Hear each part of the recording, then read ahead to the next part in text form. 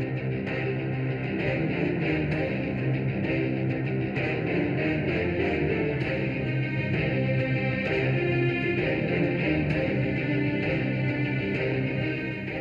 back. 4 members of East Libya security forces have been killed in the city of Derna by a suicide bomber bearing a white flag as he drove towards a group of soldiers. Ahmed al-Mizmari, a spokesman for Khalifa Haftar's Libyan National Army, says the bomber detonated explosives packed into a white car when he got close, having approached the troops in central Derna, asking them to leave the combat zone. The LNA is fighting to take Derna, the last city in eastern Libya, outside its control after launching a ground offensive against a coalition of local forces and Islamist militants last month. In South Africa's agricultural sector, which has been hit by a severe drought, is turning to the dark green-skinned avocado fruit used in products ranging from food masks as demand booms for the country's green gold. The South African avocado industry contributes around 1.85 billion rand per year at a farm gate level, but expects that it can do a lot more.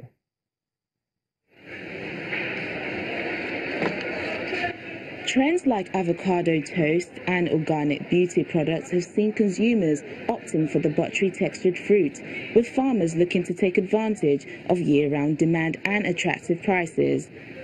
The South African avocado industry season usually lasts from March to August. I think people like avocado and eating bread, so that's why I come and buy, especially morning and drinking tea.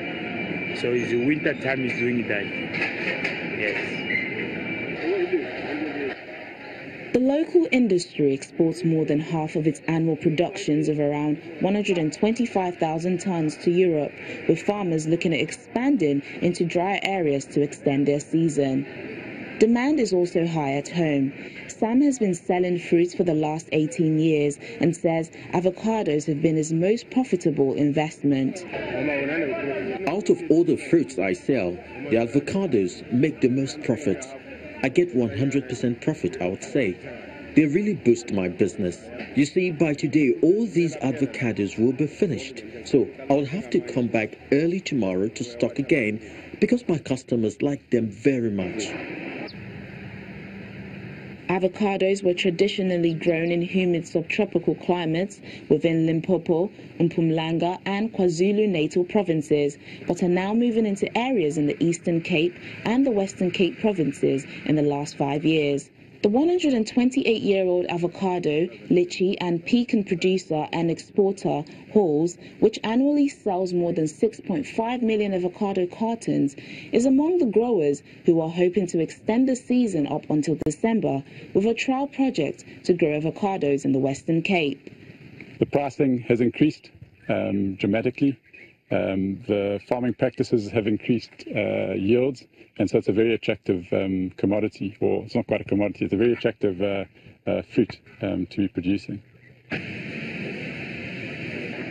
Despite the fruit taking at least 6 years to reach production, export prices have more than doubled since 2008, from an average of 9.64 rand per kilogram to 22.10 rand per kilogram in 2017, analysts say. The boom in the profitable crop is also creating much-needed employment for local communities. Yes, my life has definitely changed because I am now able to support my family and my children and basically take care of myself with everything that I need. The farm where LeQuain works is owned by a local trust and exports around 80% of its 260 hectares of avocados and is planning to expand by another 120 hectares.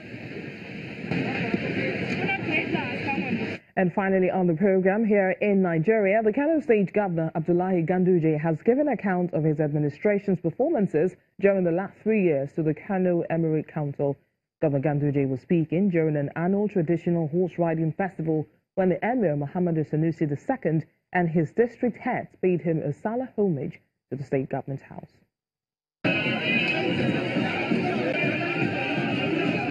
It's the royal arrival of the foremost traditional ruler in Kano, Emir Muhammad Sanusi II, with his retinue of attendants, royal guards, and district heads at the government house. The royal father is received by the state governor Abdullahi Ganduji. Some of the district heads accompanying the emir are mounted on horseback, which in itself is significant to this event. It is called Hawan Nasarawa, an age-long tradition where the emir and his entourage ride on horses to pay homage to the governor. It also provides an avenue for the Emirate Council to obtain from government first-hand information on development plans of the state. We introduced the program of Rural Integrated Program, whereby we examine the condition of our towns and villages, especially in connection with transportation system, whereby we design various projects in order to connect our major towns and villages in the rural areas so that services in education, services in health, services in agriculture, services in security can be provided in an integrated manner. As the custodian of tradition, the emir can only speak in the local parlance at this occasion. Besides receiving assurances of government's commitments to the welfare of Kano residents, the emir offers advices aimed at forestalling pre- and post-election violence. Your Excellency, the Kano Emirate is fully informed about your security reform program, and we really appreciate you for that. We therefore want to urge you to ensure that political movement do not disrupt the peace and stability of our dear state, and we pray that the forthcoming 2019 elections would not result in bloodshed.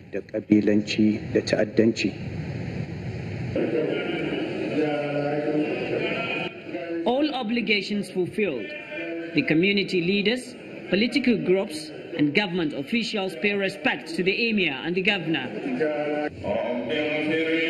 Special prayers are also offered for a sustainable, peaceful coexistence in Nigeria. Idris Jibrin, Channels Television News. And that's our program today. Thank you so much for watching. I am Bisi Adebayo.